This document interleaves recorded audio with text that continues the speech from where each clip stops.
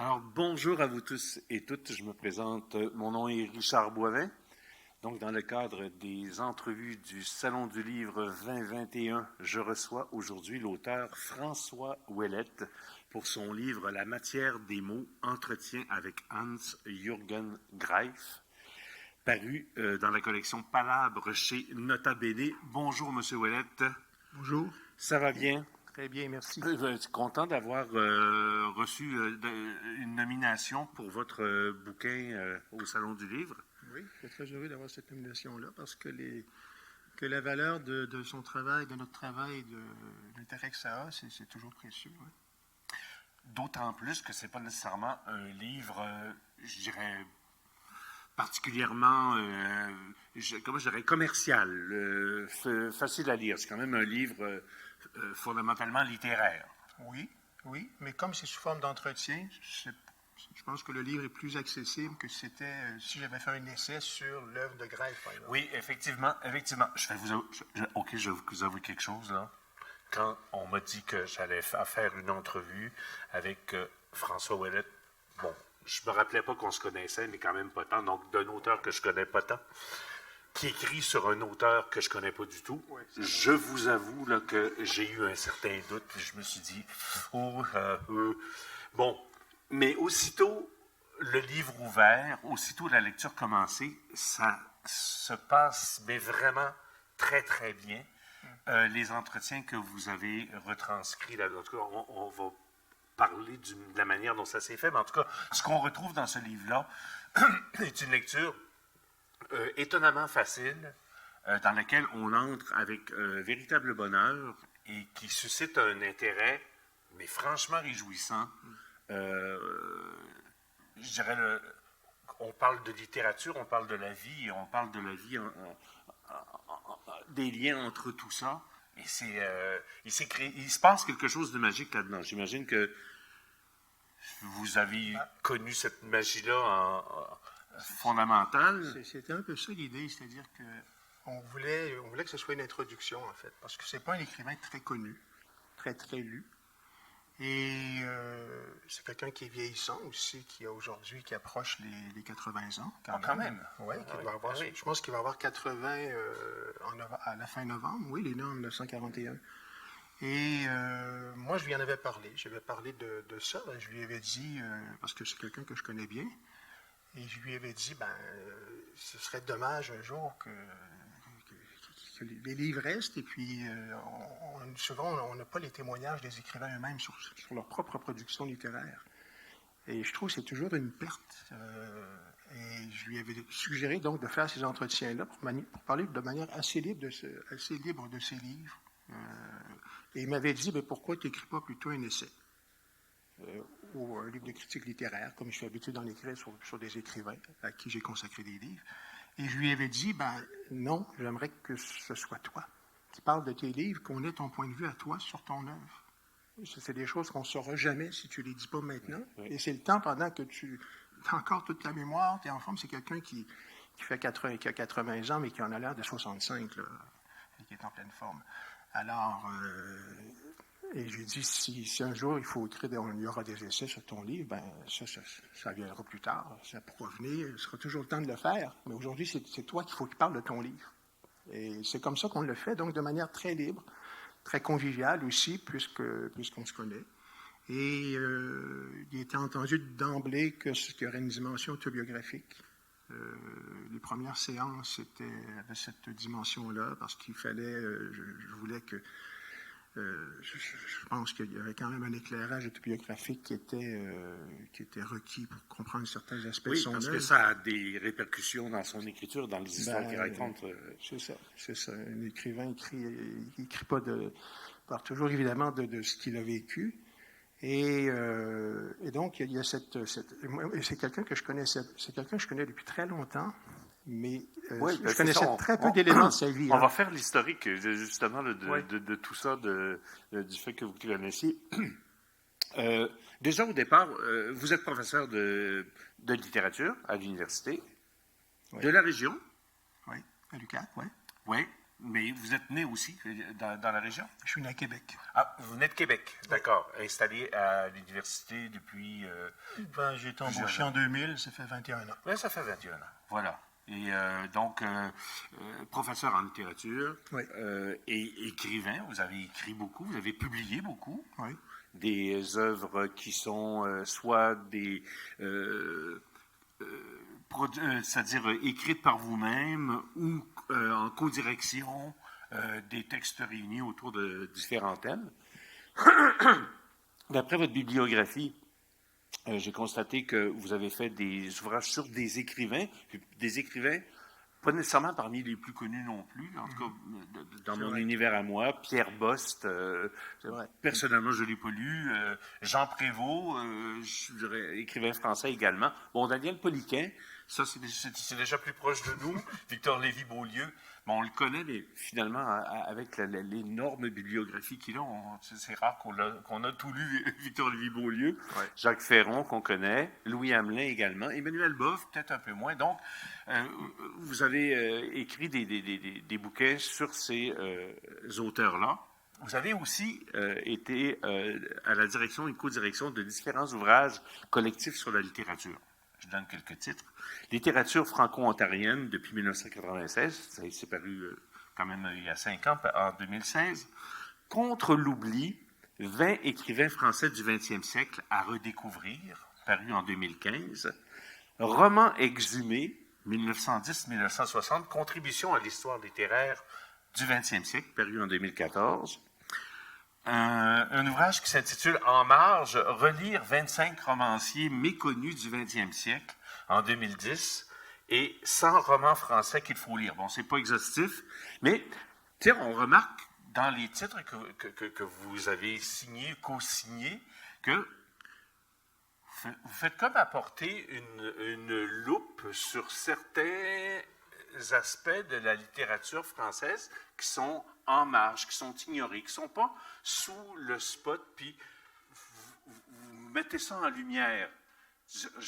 Vous avez un intérêt particulier pour la littérature oubliée?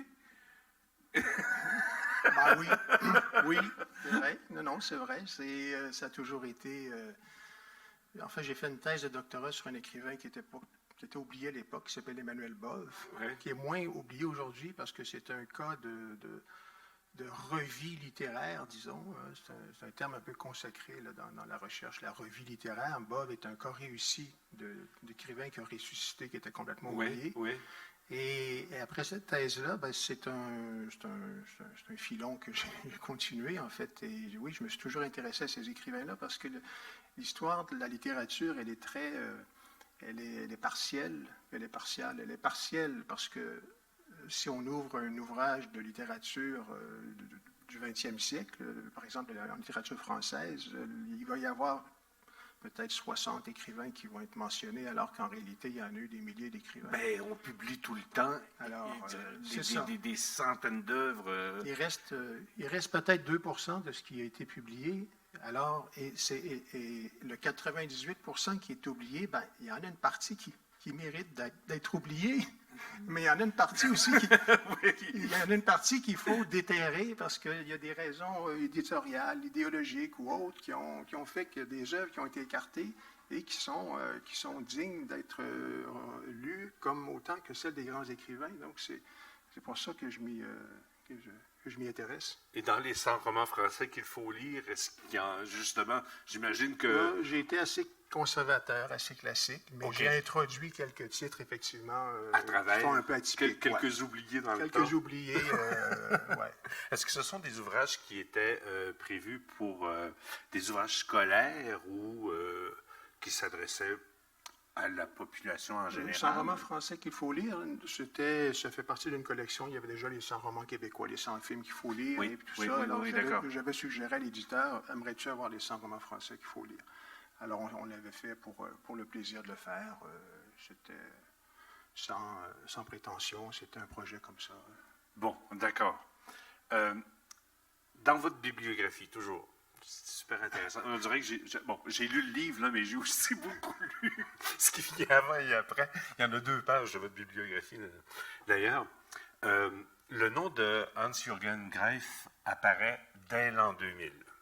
Donc, vous avez collaboré avec lui sur un ouvrage intitulé, bon, j'imagine qu'il faut le prononcer en allemand, Literatur in Québec, eine Anthologie. J'imagine qu'il faut dire ça comme ça. Littérature québécoise, une anthologie. Donc, vous venez de connaître Greif à ce moment-là ou Non, je l'ai connu avant ça. Enfin, j'ai été son étudiant. Vous avez été son étudiant, d'accord. Son étudiant au bac, donc ça fait très longtemps. Donc, je l'ai eu comme professeur. Et c'était un professeur extraordinaire qui m'a beaucoup marqué. Et avec qui, ensuite, j'ai fait mon mémoire de maîtrise. C'est lui qui avait dirigé mon mémoire. Qui était votre directeur. Qui était mon directeur. Ensuite, ça, c'était à l'Université Laval, parce que je suis de Québec. Oui. J'ai été faire mes études de doctorat en Europe. Mais néanmoins, on est toujours restés amis, en fait, en quelque sorte, même si depuis je vis au Saguenay, on se voit moins. Mais ce livre-là, c'est lui qui me l'avait proposé en 2000. Un éditeur allemand lui avait demandé une anthologie de la littérature québécoise et il ne voulait pas la faire seul.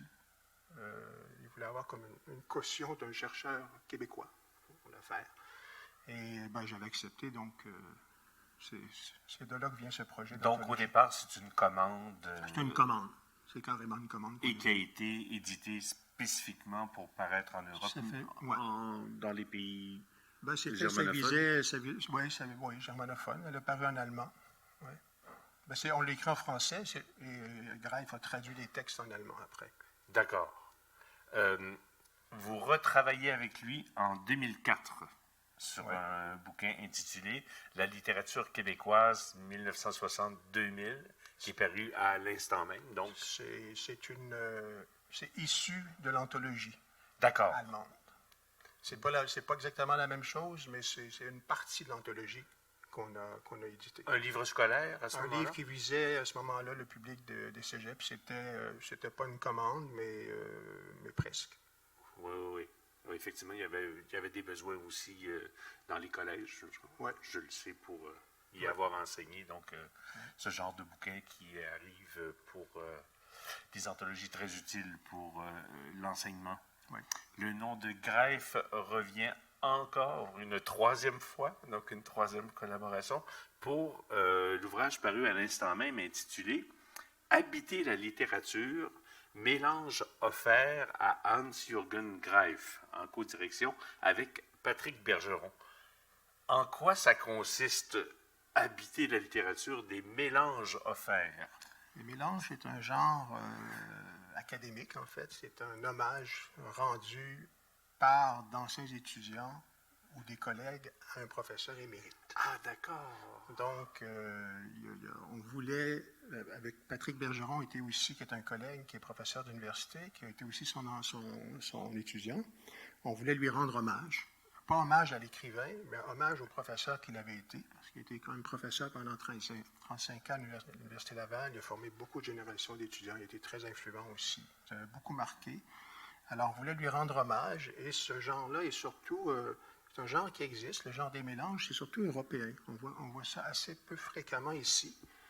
Mais donc, on avait contacté d'anciens étudiants de Greif qui ont accepté de collaborer. Et chacun collabore par un article savant, universitaire, mais dont le sujet croise les propres intérêts de Hans-Jürgen Greif. Donc, c'est comme un clin d'œil aussi à ses propres recherches, parce qu'il est romancier, Greif, mais il a été, comme professeur, il a été aussi chercheur en littérature. Oui. Donc, c'est un livre d'hommage aux professeurs et chercheurs. Et puis voilà. Et quand on a eu publié ça, moi, j'avais en tête ensuite de rendre hommage aussi aux romanciers, que je considère très important. Et c'est pour ça que la matière des mots est arrivée quelques années après. Donc, la quatrième étape dans la publication, on arrive à ce moment-là aux entretiens, le bouquin qui nous occupe pour le moment. Exactement. Bon, voilà. Il vous vient cette idée-là. Vous convainquez, j'imagine, un éditeur avant ou vous dites, je le proposerai une fois que ça sera fait? Oui, je savais que c'est là que ça aboutirait de toute façon, parce que j'ai publié presque tous mes livres chez Nota Bene, puis voilà, en fait. Donc, c'est à peu près sûr. J'étais sûr. Vous décidez donc, à partir de ce moment-là, de publier et de le faire sous forme d'entretien pour les raisons que vous nous avez données tout à l'heure, que ce serait probablement intéressant d'avoir le point de vue du... Oui, puis il y a aussi que j'ai toujours, comme critique littéraire, comme essayiste, j'ai besoin de... Il y a un élément qui est toujours central dans ce que j'écris, c'est le rapport à l'autre. J'ai besoin, quand j'écris sur l'œuvre d'un romancier que j'aime, j'écris sur une œuvre. Et donc, c'est comme le texte de l'autre vient médiatiser mon rapport à l'écriture. Si j'écrivais des romans, je serais enfermé dans moi-même. Quand j'écris, en écrivant un essai, je sors de moi-même parce que j'entre dans un autre imaginaire. Et ce rapport à l'autre-là, je l'ai exploré de différentes façons dans des livres. Et une manière de le faire, c'est par l'entretien. Et ça, je n'avais pas encore fait ça, ce genre-là. J'avais parlé tout à l'heure des livres sur Louis Hamelin. Le livre sur Louis Hamelin est issu d'un échange de lettres avec un collègue. On a écrit un livre sur Hamelin à deux. On s'écrivait des lettres. Les lettres étaient sur l'œuvre de Hamelin et on se répondait. Et on a couvert l'œuvre de Hamelin à travers un échange épistolaire comme ça, qui a été publié tel quel. La lettre, c'était aussi une forme de relation à l'autre qui m'intéressait, que je voulais explorer. Et donc, les entretiens, c'est ça. C'est un échange et que je voulais faire depuis longtemps. Je ne savais pas que ce serait avec Greif, mais je savais qu'à un moment donné, j'explorerais ce genre-là d'entretien littéraire. Et donc, vous prenez la décision, ce sera avec l'auteur Greif en question. Oui. Comment vous installez ça? Comment vous lui présentez le projet à lui? Déjà au départ, il est ravi. Il était très flatté. Flatté? Il était flatté. Il avait déjà été très ému par les mélanges de 2016 qu'on avait fait, le livre d'hommage au professeur. Là, oui, aussi, il était très flatté. Il était partant tout de suite. Après m'avoir dit, bon, ça pourrait être aussi un essai que tu écrirais, c'est tout, mais je lui ai fait comprendre que ça serait plus intéressant. Et ça tombait bien parce qu'au moment où je lui ai proposé, on avait ensuite, c'est juste avant la pandémie, hein, c'était l'été 2019. Oui, oui. Alors, habituellement l'été, Greif part, va en Europe, va ailleurs pendant plusieurs mois. Cette fois-ci, il restait à Québec.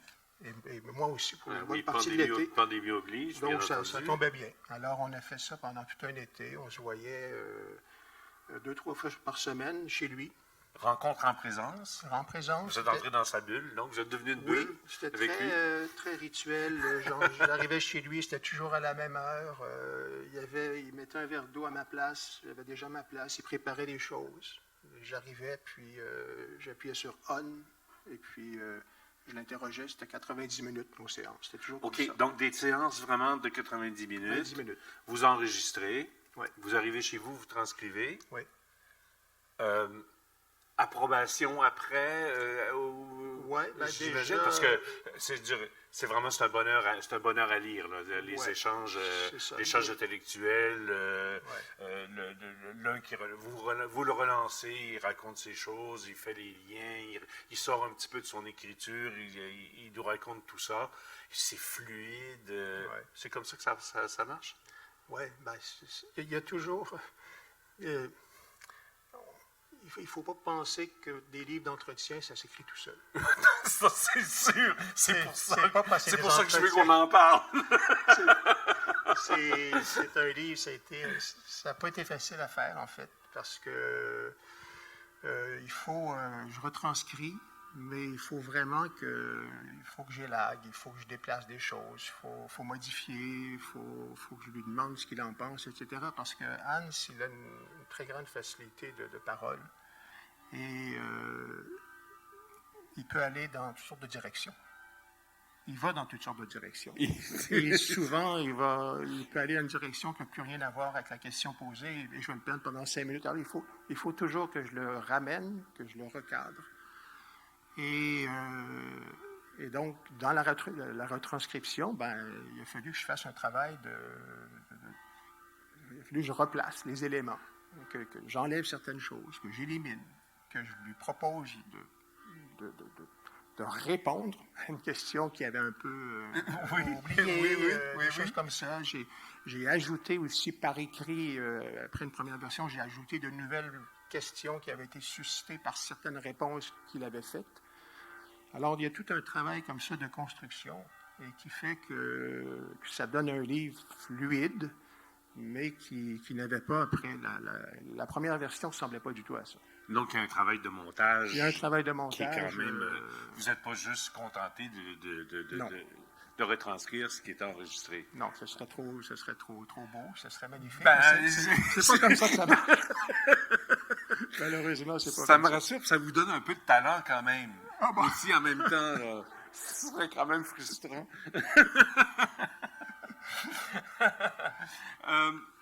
Vous avez donc, comme à l'instar des autres écrivains sur lesquels que vous avez amené en lumière avec votre loupe, donc ce à quoi je faisais référence au début de l'entrevue, qu'est-ce que vous vouliez faire ressortir dans l'œuvre de Greif qui vaille la peine qu'on en parle? Ben, en fait, c'était vraiment l'ensemble de l'œuvre. Hein. Je voulais que, je l'ai dit, c'est pas quelqu'un qui est tellement lu, sans doute parce que c'est un écrivain qui habite pas Montréal. Là, c'est comme, je pense qu'on le sait très bien pour nous qui écrivons et vivons au Saguenay, c'est quand même une réalité qu'il faut admettre. Hein. On n'a pas la visibilité, nos écrivains n'ont pas cette visibilité-là. Cette facilité de visibilité qu'ont ceux de Montréal, qui est tellement évidente, surtout quand on est dans le milieu comme moi, qui le connaît bien. Et Québec, c'est pas très différent d'ici. Hein. Ça reste que c'est hors Montréal quand même. Donc, je voulais d'abord lui donner cette visibilité-là, parce que je trouve que c'est pas un écrivain oublié, comme ceux que j'essaie de ressusciter, qui ont écrit dans les années 1920-1930, mais c'est à sa manière un écrivain qui est peu connu, en rapport avec la qualité de l'œuvre. C'est quand même une œuvre, à mon sens, qui est importante. Et c'est cet ensemble-là que je voulais faire découvrir. Et c'est pour ça qu'on parle de tous les livres. Et on les fait en ordre chronologique. En ordre chronologique, c'est ça, pour montrer oui. la démarche, la cohérence de la démarche qui est la sienne. Et qu'au fond, au bout du compte, que ça forme, tout ça forme un tout. Et que les livres, même s'ils sont très différents les uns des autres, on ne peut pas vraiment les dissocier non plus parce que tous ces livres se rapportent bien sûr à un seul imaginaire qui est le sien et qui est un imaginaire érudit. Hein? C'est quand même quelqu'un de très érudit aussi. Oui. Et c'est quelqu'un qui a une capacité d'invention, d'imagination qui est extraordinaire. En personne, c'est un conteur fabuleux. Un souper avec Greif, c'est lumineux. Je veux dire, c'est quelqu'un qui a plein d'anecdotes, qui les raconte comme si c'était des romans. Donc, c'est quelqu'un comme ça. Je voulais le faire parler sur ses livres. Ça me paraissait important de le faire pour cette raison-là. Parce que je savais qu'il allait en parler comme personne d'autre pourrait le faire. Puis en plus, bon, comme il a des connaissances littéraires assez vraiment approfondies, oui. Ça lui permet d'aller plus loin dans sa propre écriture. Oui. Et il a vraiment pris l'aventure au sérieux également parce qu'il s'est relu, il a tout relu et il porte un regard avec la connaissance approfondie de littérature sur sa propre œuvre. Ouais. Ça, il y a un effet miroir qui est extrêmement intéressant là-dedans aussi. Là. Il n'est pas juste regardé, il se regarde lui-même. Et ça, il se regarde avec le recul. Et moi, j'aurais jamais osé lui demander de relire ses livres. C'est lui qui a pris l'initiative de le faire. Et j'ai trouvé ça, moi, je l'ai apprécié beaucoup parce que on laissait toujours 3 jours à peu près entre chacune de nos rencontres, 3-4 jours. Et puis, il savait de quel livre on allait parler la fois suivante. Alors, il relisait son livre. Et quand j'arrivais, il avait pris des notes.